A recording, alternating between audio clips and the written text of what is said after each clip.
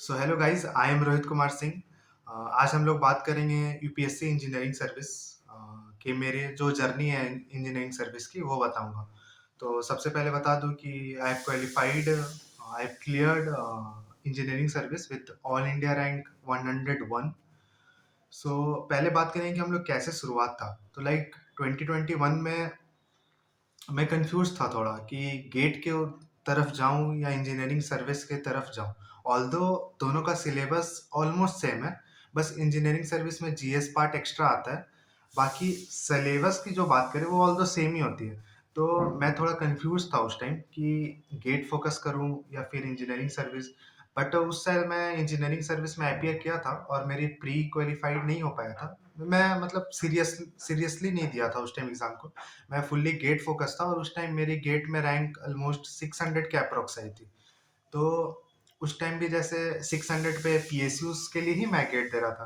तो पीएसयूज मिलना तो बहुत मुश्किल था।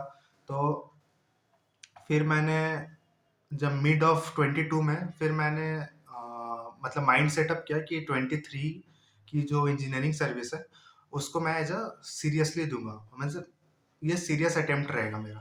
फिर 23 की अगर मैं फरवरी महीना की बात करूँ लाइक 2023, तो उसमें मेरे हर संडे एक एग्जाम था। लाइक फर्स्ट वीक में इन्वो गेट था, गेट इन्वायरमेंट, जिससे मेरी ऑल इंडिया रैंक 40 आई है।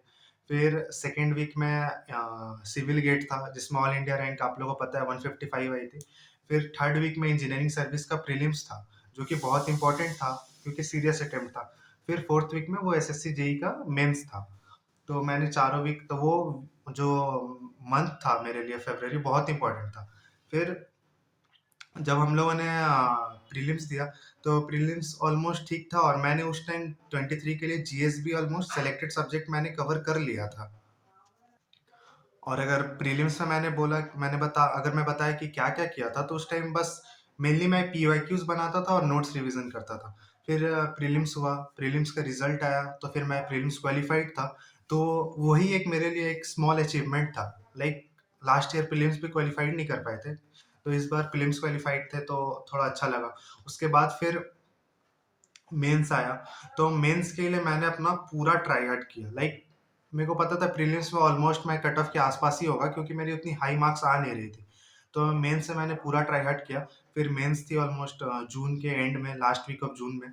तो वो मैं दिया और ऑलमोस्ट ठीक ठाक था मेंस, मतलब मोर देन एवरेज ही था। तो ऐसा एक्सपेक्टेड था कि इंटरव्यू कॉल आ जाएगा। तो मैं थोड़ा मेंस के बाद थोड़ा मतलब चिल टाइप का भी हो गया था और गेट में रैंक थी तो एक बैकअप रेडी था। तो मैं और अच्छे से मेहनत कर पा रहा था। फिर उसके बाद 23 की जब मेंस की रिजल्ट आई तो उस वो भी एक अचीवमेंट हो गया।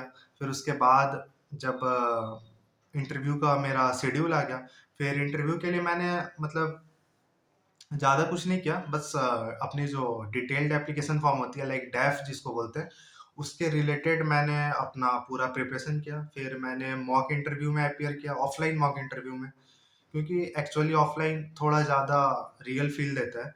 तो ऑफलाइन मॉक इंटरव्यू दिया। फिर उसके बाद फाइनली सिलेक्शन हो गया रिजल्ट आने के बाद, और इंटरव्यू भी मेरी मोर देन एवरेज थी जो एक्चुअल यूपीएससी इंटरव्यू थी।